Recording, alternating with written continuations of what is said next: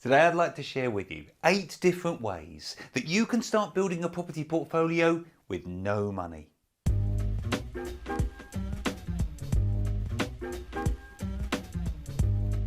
Hi, my name's Tony Law from Your First 4 Houses, and I teach people how to build a small property portfolio that generates a great income for them so they can give up the day job if they wish, because they're now financially free. If this is your first time here, be sure to subscribe to the channel and click that bell notification icon so that you don't miss out on any of the free content that I give you each and every week. So the biggest reason people give me for not building their own property portfolio and becoming financially free is that they simply don't have the money to get started. Now, I think this is a real shame. And of course, whilst I accept that having a big pot of cash is of course a massive advantage, you can get started with little to no funds. And so today I wanted to share with you 8 different ways that you can start building a property portfolio now without needing to put any of your own money into the deals. Although maybe you're going to let me off if I say perhaps you might need a couple of £1,000-ish to cover any legal costs, but hopefully £2,000 is almost the same as no money.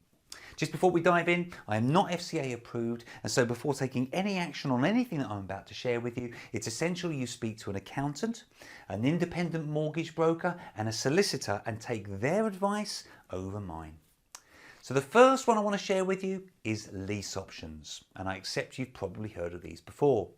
Lease options in today's market is a fantastic way to control property so that you can potentially gain from any uplift in value. So maybe you add some value to the property, it goes up in value and you control it using a lease option. Or maybe you gain massively from any cash flow. So you control that property again by having a lease option on it and you actually gain cash flow over a longer period of time. Next we have joint ventures, which once again I accept you've probably heard of before. Do you know what? There are so many people out there with money sitting in the bank earning a pitiful return.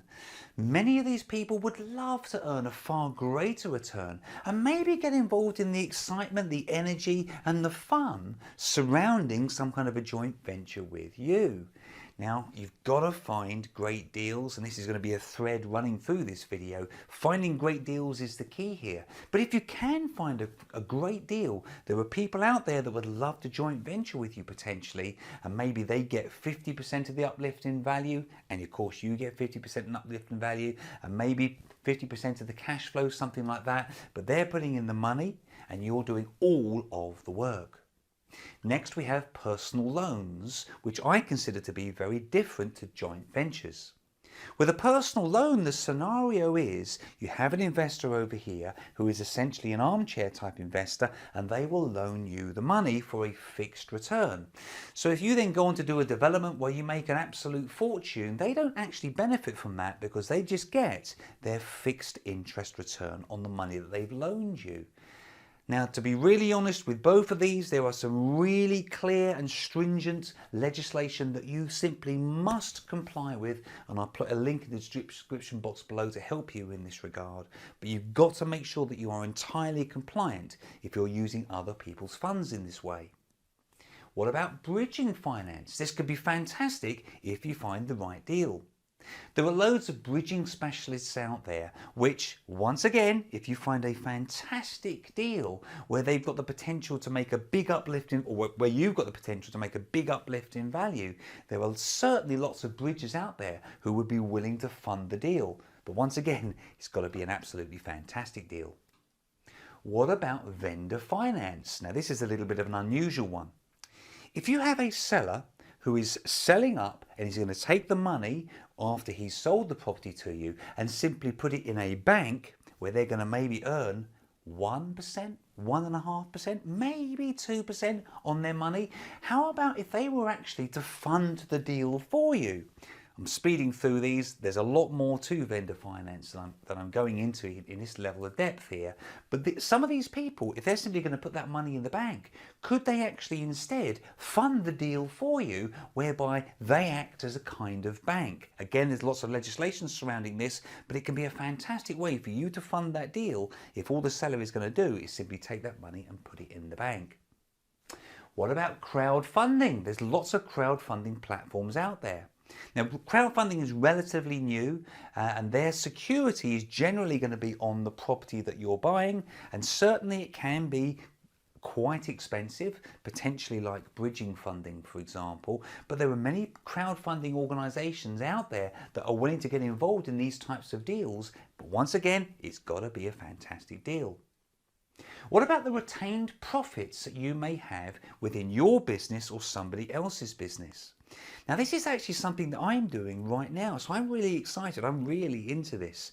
I can actually borrow some money from one of my businesses, and I can actually use those funds to go out and do a deal to make a rather large purchase. I have to ultimately return that money back into my business account again, but please speak to your accountant about this. Do not take any advice on this one from me. Speak to your accountant.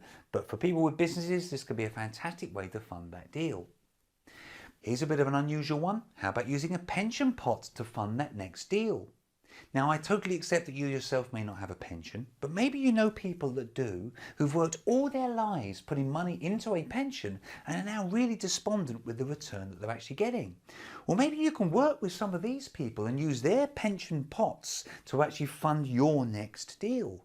Now, there are limitations as to what you can invest pensions in, and certainly you're probably going to be more commercially focused, but this means you can give those people a fantastic return, but once again mean that you don't have to put your own money into that deal.